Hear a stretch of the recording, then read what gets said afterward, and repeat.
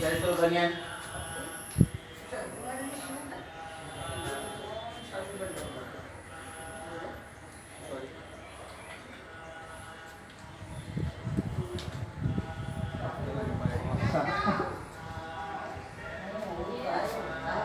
ಕನ್ನಡಿಗ channel ವೈಟಿಯಿಂದ doctor S Tallur ಮಾಡುವ ವಂದನೆಗಳು. ಸ್ನೇಹಿತರೆ, ತಮ್ಮೆಲ್ಲರಿಗೂ ಸ್ವಾಗತ.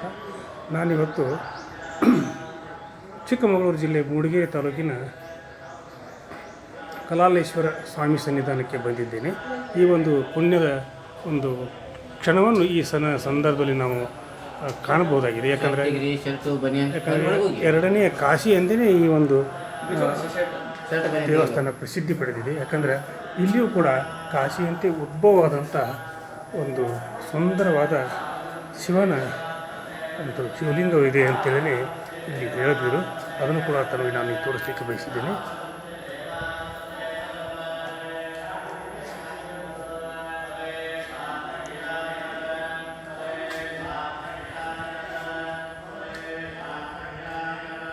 ಇದು ಕೂಡ ಪುರಾಣ ಪುಣ್ಯ ಕಥೆಗಳಲ್ಲಿ ಬರ್ತಿರ್ತಕ್ಕಂಥ ಒಂದು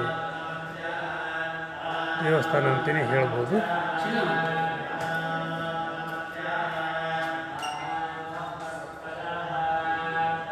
ಇದು ಕೂಡ ಧಾರ್ಮಿಕ ದತ್ತಿ ಇಲಾಖೆಗೆ, ಕರ್ನಾಟಕ ರಾಜ್ಯ ಸರ್ಕಾರದ ಧಾರ್ಮಿಕ ದತ್ತಿ ಇಲಾಖೆಗೆ ಒಳಪಟ್ಟಿದೆ ಅಂತಲೇ ಇಲ್ಲಿ ತಿಳಿಸಿದರು.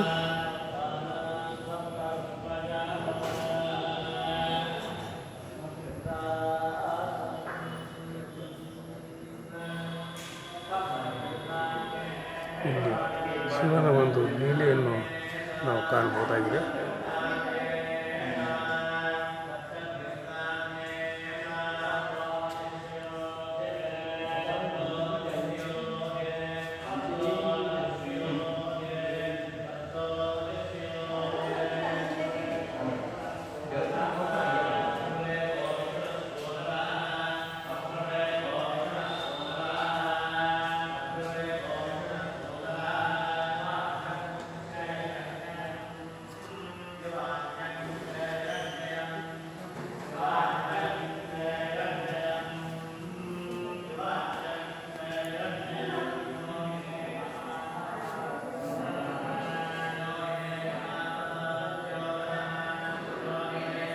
ಕಾಶಿ ವಿಶ್ವೇಶ್ವರ ಸ್ವಾಮಿ ದೇವರು ಈ ಒಂದು ಈಶ್ವರನ ಸನ್ನಿಧಾನವನ್ನು ಕೂಡ ಕನ್ನಡಿಗ ಚಾನಲ್ ವೈಟಿಯು ಬಿತ್ತರಿಸ್ತಾ ಇದೆ.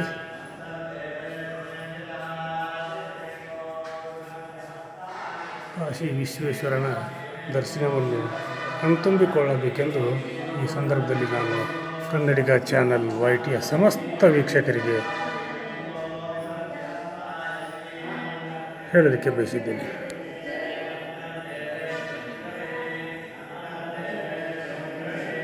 ಇದೆ ಕಾಶಿ ವಿಶ್ವೇಶ್ವರನ ಒಂದು ಈಶ್ವರಲಿಂಗ ಅಂತಲೇ ಹೇಳ್ಬೋದು.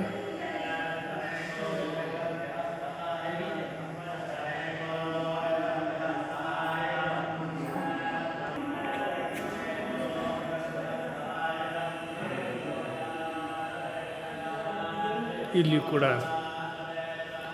ಪ್ರಸಾದದ ವ್ಯವಸ್ಥೆಯನ್ನು ಮಾಡಿದ ಬಗ್ಗೆ ತಿಳಿಯಿತು. ಮಧ್ಯಾಹ್ನ ಇಲ್ಲಿ ಕೂಡ ಮಧ್ಯಾಹ್ನ ಮತ್ತು ಸಾಯಂಕಾಲ ಮಹಾಪ್ರಸಾದದ ವ್ಯವಸ್ಥೆಯನ್ನು ಮಾಡುತ್ತಾರೆ ಪ್ರತಿ ದಿವಸ.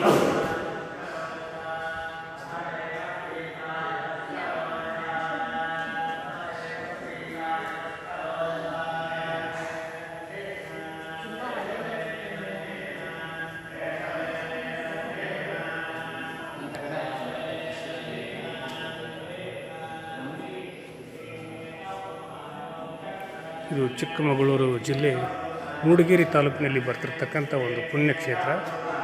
ಕಾಶಿಯಲ್ಲಿ ಉದ್ಭವ ಆಗಿರ್ತಕ್ಕಂಥ ಈಶ್ವರನ ಒಂದು ಪವಿತ್ರ ಸ್ಥಾನ ಇದು ಆಗಿದೆ ಅಂತಲೇ ಇಲ್ಲಿ ಪ್ರಖ್ಯಾತಿ ಪಡೆದಿದೆ.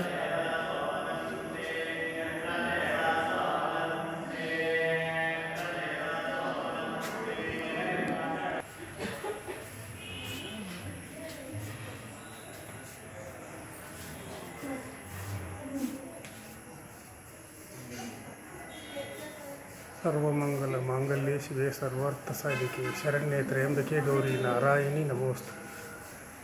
ಇದು ಆದಿಶಕ್ತಿ ಪರಶಿವ ಮೂರ್ತಿಯ ಒಂದು ಶಿವ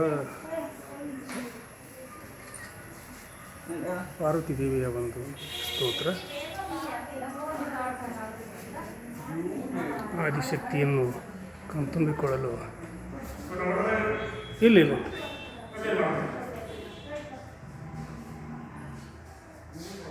ಶ್ರೀ ದುರ್ಗಾದೇವಿಯ ಒಂದು ಸನ್ನಿಧಿ.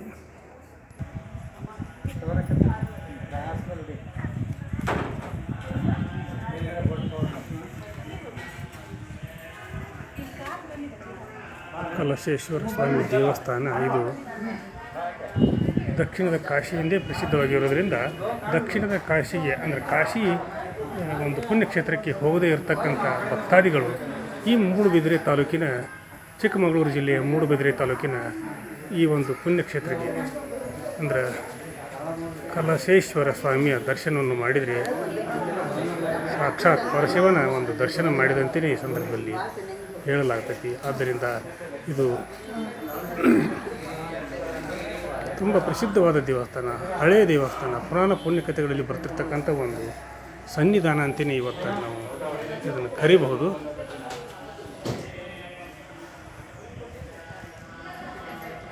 ಇಲ್ಲಿಗೆ ಬಂದು ನಿಮ್ಮ ಇಷ್ಟಾರ್ಥವನ್ನು ಸಿದ್ಧಿಸಿಕೊಳ್ಳಲಿಕ್ಕೆ ಒಂದು ಸದಾವಕಾಶವನ್ನು ಕನ್ನಡಿಗ ಚಾನಲ್ YTV ಸಂದರ್ಭದಲ್ಲಿ ತಮ್ಮೆಲ್ಲರಿಗೂ ಕೋರಿಕೊಳ್ತತಿ ಅಂತೇಳಿ ಹೇಳ್ತಾ ಇವತ್ತಿನ ಸಂಚಿಕೆಯನ್ನು ಇಲ್ಲಿಗೆ ಮುಗಿಸಿ ನಾಳಿನ ಸಂಚಿಕೆಯೊಂದಿಗೆ ತಮ್ಮ ಜೊತೆಗೆ ಹಾಜರಾಗ್ತೀನಿ.